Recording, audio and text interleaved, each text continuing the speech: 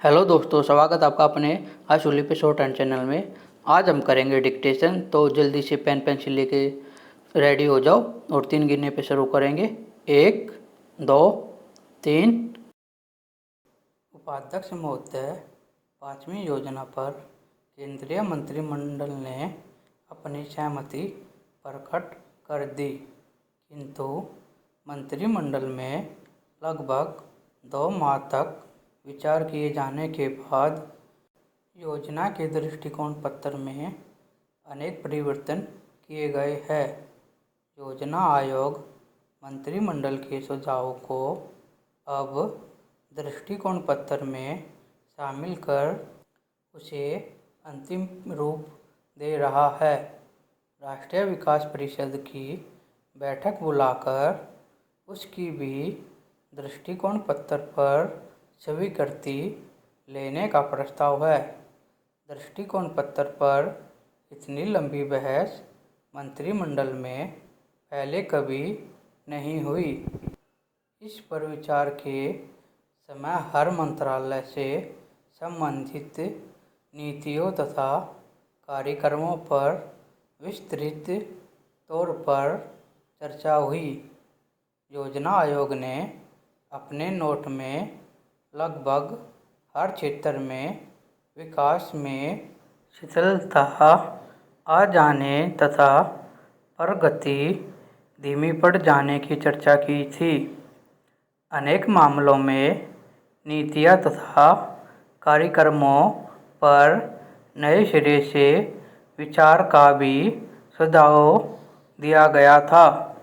आयोग की इस राय से आर्थिक मंत्रालयों ने सहमति प्रकट नहीं की, बल्कि विदेश व्यापार मंत्री ने दृष्टिकोण पत्र में विदेश व्यापार के मामलों में आयोग के विचारों को बदलने पर जोर दिया तथा इसके लिए उन्होंने अपनी ओर से कुछ मसौदा लिखकर भेजा।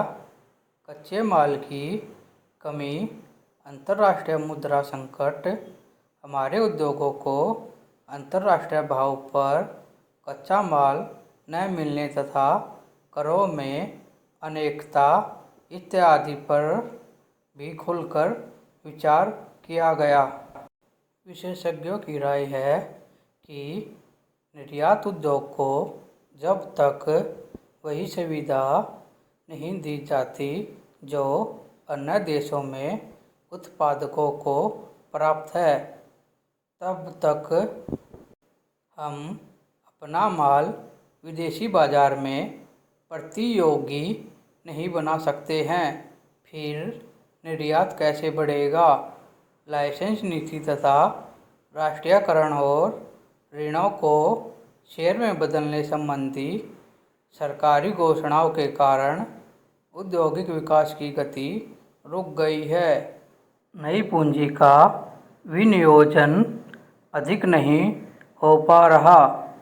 उद्योगों का विस्तार भी रुका पड़ा है, बल्कि कच्चा माल न मिलने तथा हड़ताल आदि के कारण अनेक कल कारखाने बंद हो गए हैं अथवा पूरी क्षमता से उसमें उत्पादन नहीं हो पा रहा है। इससे औद्योगिक क्षेत्र में विकास अवरुद्ध हो गया है। योजना आयोग ने इस स्थिति पर चिंता व्यक्त की है, लेकिन चिंता करने से ही काम नहीं चलेगा। इसके लिए सरकार को चाहिए कि वे ऐसे कदम उठाए जिससे देश में अधिक से अधिक औद्योगिक विकास को बढ़ावा मिले। नए नए कल कारखाने खुले तथा उद्योगों को कच्चे माल, बिजली, पानी इत्यादि की कोई भी कमी महसूस न हो।